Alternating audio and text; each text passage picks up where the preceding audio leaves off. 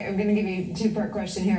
I want your thoughts on what Donna just laid out and Congressman Swallow's remarks earlier in this program, that his theory is that they had to have some inside help.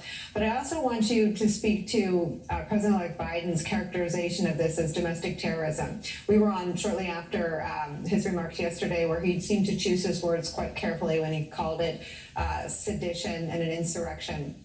Once again, I thought he seemed to carefully label these bad actors yesterday as domestic terrorists, and I wonder your thoughts on both.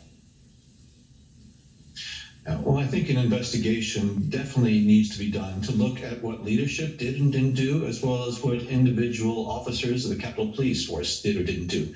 I'm not, saying that there was not a failure at that level of individuals who might not have performed their duties nobly. Many of them did, clearly from the video that I have seen. But I do think this is something that needs a thorough and comprehensive investigation to find out what actually went wrong. Now, as far as what you call what happened yesterday, I think there are a lot of terms: insurrection, sedition, domestic terrorism is a label that I know a lot of people have applied to this. And I think, riots, chaos, bedlam, so much.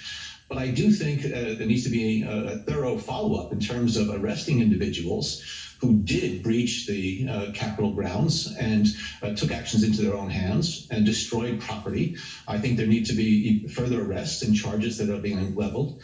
But it's also just not the people who are roaming through the halls of the Capitol. It's the individuals who got them there. And namely, I believe the person most responsible for this is Donald J. Trump. And we